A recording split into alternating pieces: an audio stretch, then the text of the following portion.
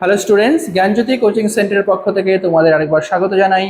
আমি রাজীব স্যার এবং আজকে আমরা আলোচনা করব SKBU ইউনিভার্সিটির আন্ডারে তোমরা যারা পলিটিক্যাল সায়েন্স নিয়ে সেকেন্ড সেমিস্টারের জন্য পড়াশোনা করছো তাদের মাইনর পেপার 2 এর যে আলোচনার বিষয়টা আমাদের কাছে রয়েছে সেটা হলো সাম্য বা ইকুয়ালিটি। ঠিক আছে, এই সাম্য কি এবং সাম্যের যে বিভিন্ন রূপগুলো রয়েছে, তো এই বিভিন্ন রূপ নিয়ে আমরা আজকে আলোচনা করব, যেটা থাকবে তোমাদের সেকেন্ড সেমিস্টারের মাইনর পেপার 2 SKBU ইউনিভার্সিটির জন্য। ঠিক আছে, তো ভিডিওটি শুরু করার আগে তোমরা যারা আমাদের চ্যানেলে প্রথম এসেছো বা এখনও আমাদের চ্যানেলটিকে সাবস্ক্রাইব করনি, তারা অবশ্যই চ্যানেলটিকে সাবস্ক্রাইব করো এবং পাশে থাকা বেল আইকনটিকে ক্লিক করে দিও, যাতে আমাদের পরবর্তী ভিডিও নোটিফিকেশন তোমরা খুব সহজেই পেয়ে যেতে পারো।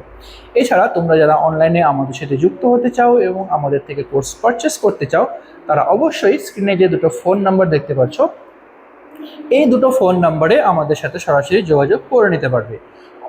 অনলাইনে যেই সমস্ত সুযোগ সুবিধাগুলো আমরা তোমাদের জন্য রেখেছি তোমরা এখানে পেয়ে যাবে live classes, recorded classes, high quality notes এবং 100% কমন সাজেশন। মেজর স্টুডেন্টদের জন্য পুরো সেমিস্টারের কোর্স ফি অল সাবজেক্টের জন্য রাখা হয়েছে শুধুমাত্র 1199, এবং সেটাই মাইনাস স্টুডেন্টদের জন্য রাখা হয়েছে পুরো সেমিস্টারের ফিস অল সাবজেক্টের জন্য শুধুমাত্র 699। এছাড়া গুগল প্লে স্টোরে আমাদের একটা অ্যাপ্লিকেশন রয়েছে, যেই অ্যাপ্লিকেশনটার নাম হলো পিস্টিকল এডুকেশন।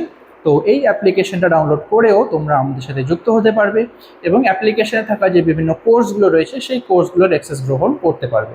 তো ভিডিওটি তোমরা অবশ্যই শেষ পর্যন্ত দেখো এবং যদি ভালো লেগে থাকে ভিডিওটি, তাহলে অবশ্যই লাইক এবং কমেন্ট করো। ঠিক আছে, তো চলো এবার মেন টপিকে আসা যাক, যেটা হলো সাম্য বা ইকুয়ালিটি কি। ঠিক আছে,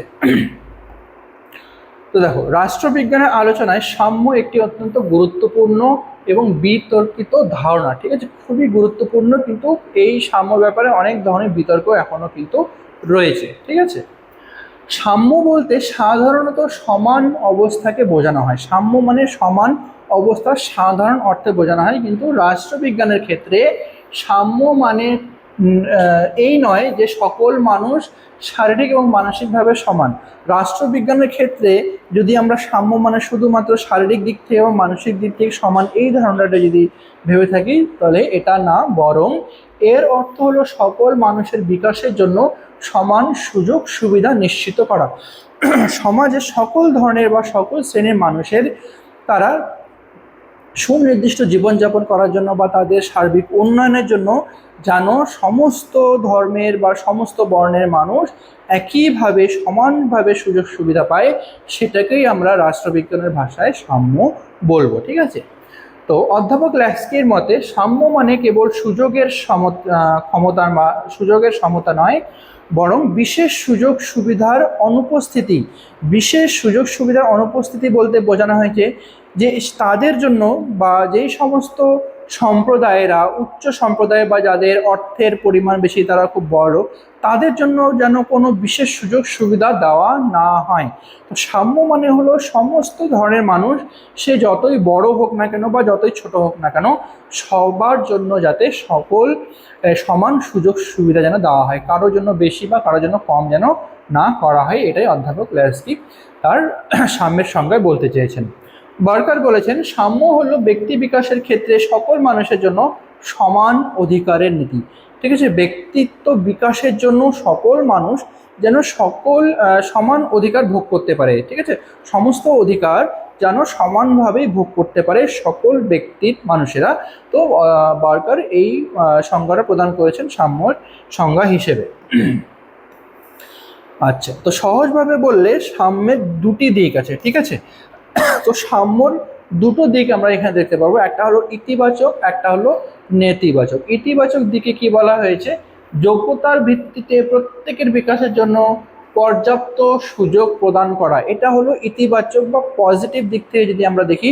সাম্য মানে হলো সমস্ত মানুষের যোগ্যতার ভিত্তিতে, ঠিক আছে, যোগ্যতা যার যত যোগ্যতা, তো সেই যোগ্যতা হিসেবে প্রত্যেকের বিকাশের জন্য যেন পর্যাপ্ত সুযোগ সুবিধা যেন দেওয়া হয়। তো এটা হলো সাম্যের একটা পজিটিভ দিক। এবং নেগেটিভ বা নেতিবাচক কি রয়েছে, জাতি, ধর্ম, বর্ণ বা লিঙ্গভেদে কোনো বিশেষ সুযোগ সুবিধার অস্তিত্ব না থাকা। ঠিক আছে, এটা হলো নেগেটিভ। যদি এখানে বলা হয়েছে কি জাতি, ধর্ম, বর্ণ বা লিঙ্গ ভেদে যেন কোনো সম্প্রদায়ের ক্ষেত্রে বিশেষ কোনো সুযোগ সুবিধা যেন না দেয়া হয়, সকলেই যেন সমানভাবে সুযোগ সুবিধাগুলো বা অধিকারগুলো ভোগ করতে পারে। ঠিক আছে, সে যে জাতিরই হোক না কেন, যে ধর্ম, যে বর্ণ বা যে লিঙ্গেরই হোক না কেন, সকলের জন্য যেন সমান অধিকার থাকে।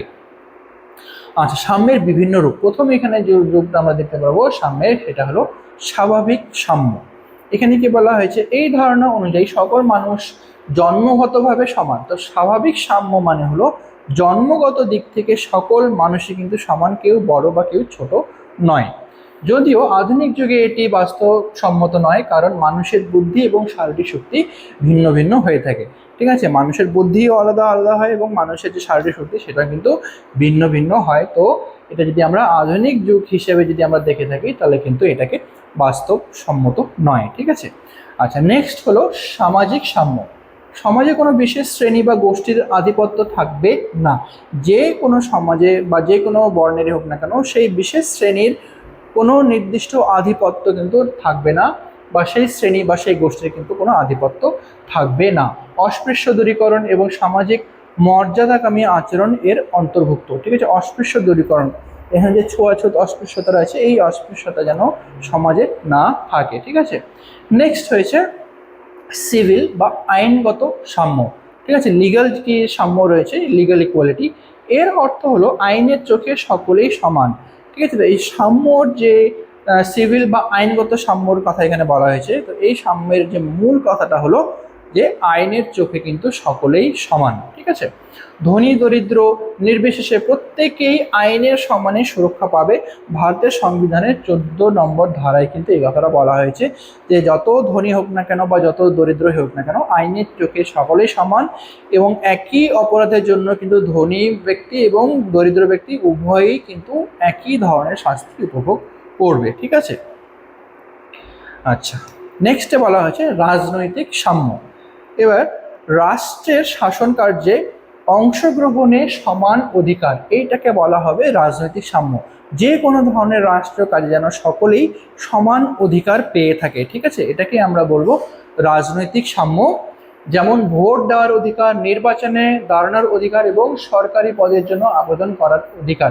তো এই সমস্ত অধিকারকে আমরা রাজনৈতিক সাম্যের মধ্যে রাখবো, যেটা হলো 18 বছর বয়সের উপর পর্যন্ত বা 18 বছর থেকে শুরু করে উপরে সমস্ত মানুষ, সে স্ত্রী পুরুষ নির্বিশেষ সকলেরই ভোট দেওয়ার অধিকার থাকবে।